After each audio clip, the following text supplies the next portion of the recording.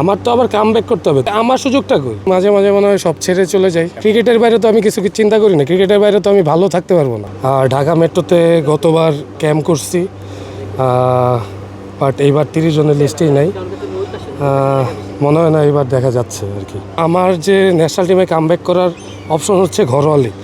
ঘরোয়া লিগে যদি আমার 30 জনই নাম না থাকে, তাহলে আসলে আমার ক্রিকেট খেলাটা এখানে ডিফিকাল্ট হয়ে যায়, কারণ আমি তো কোনো অপরচুনিটিস পাচ্ছি না। লাস্ট ইয়ার যেটা হয়েছে যে ঢাকা মেট্রোতে ছিলাম, আমাকে 4 ডে খেলায় নাই। আমাকে বলা হয়েছিল যে তুমি T20 খেলবা, T20-র মতো করে প্রিপারেশন নাও। আমি সব কিছু নিছি, বাট তখন টিম যখন দিল তখন দেখলাম যে আমি নাই। আমার জনৈক সিলেক্টরের সাথে আমার কথা হয়েছিল। তা আমি বললাম যে ভাই, আমি যে নাই, হ্যাঁ আমাকে তো এইভাবে বলা হয়েছে, আর আমি T20 ফরম্যাটে খেলতেছি, যেহেতু আমার তো অপরচুনিটিস লাগবে। পরে আমাকে বলেছিল, দেখ অমুক অমুক প্লেয়াররা, ওরা তো T20 খেলতে পারে না, ওরা তো সারাক্ষণ টেস্টই খেলে, তো আমরা চাচ্ছি যে ওদেরকে সুযোগ দেওয়ার। পরে আমি বললাম যে ভাই, তাহলে আমার সুযোগটা কই? আমার তো আবার কামব্যাক করতে হবে, তা আমারে কি ছুঁড়ে ফেলে দিতেছে না আমার সুযোগটা যদি নাই আসে? তো সেইবার তো তবু ফিটনেস ক্যাম্প করতে পারছি, টেস্ট ছিল, দিছি। এবার সেই জিনিসটাও আর কি হচ্ছে না। ঢাকা ডিভিশন, ঢাকা মেট্রো কোনো জায়গাতেই আসলে হচ্ছে না, যেটা আমার জন্য আসলে খুবই পীড়াদায়ক।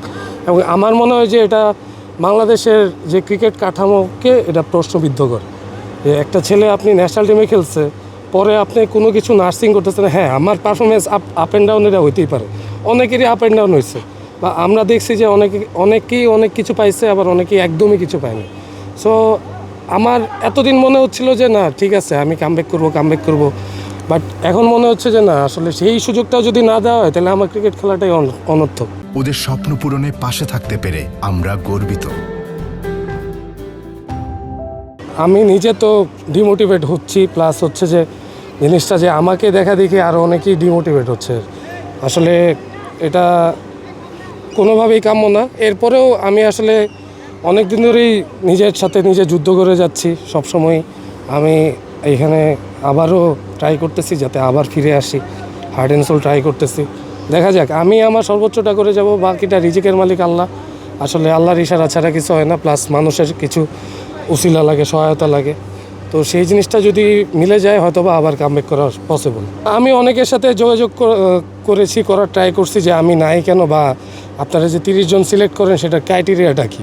হ্যাঁ, আমি বিপিএলে ফার্স্ট ম্যাচে 50 মারছি।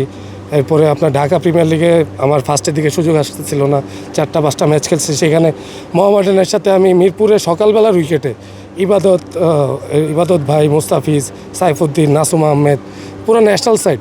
সো সেইখানে আমি T20 স্টাইলেই ব্যাটিং করছি। আমার ওই দিনে আমার রান আসছিল হায়েস্ট, 2 টিম মিলে। তো আমি আসলে এক্সপেক্ট করতেছিলাম যে আমি সুযোগটা পাবো, কারণ হচ্ছে যে ডে বাই ডে আমি গ্র্যাজুয়ালি ইমপ্রুভ করতেছি। তো এখন যদি সুযোগই না দেওয়া হয়, তাহলে আসলে কিছু বলার নেই। তো এটা নিয়ে আমি ট্রাই করছি যোগাযোগ করার, বাট আনফর্চুনেটলি উইলিংলিভাবে ওইরকম রেসপন্স আমি কারো কাছ থেকেই পাইনি। সত্যি কথা বলতে ভাই, অ্যাজ এ হিউম্যান বিং মাঝে মাঝে মনে হয় সব ছেড়ে চলে যাই, বাট মাঝে মাঝে মনে হয় আমি তো জীবনে আর কিছু করি নাই। ক্রিকেট ছাড়া আমি কি করছি? আমি তো ঠিকভাবে পড়াশোনাও করি নাই, কোনো গ্র্যাজুয়েশন কমপ্লিট করছি, সব কিছুই করছি, বাট ক্রিকেটের বাইরে তো আমি কিছু চিন্তা করি না। ক্রিকেটের বাইরে তো আমি ভালো থাকতে পারবো না। হ্যাঁ, যেহেতু আমার বয়স আছে, আমি তো এখনও বুড়িয়ে যাই নাই, বা আমিও এখনও ফুরাই নাই।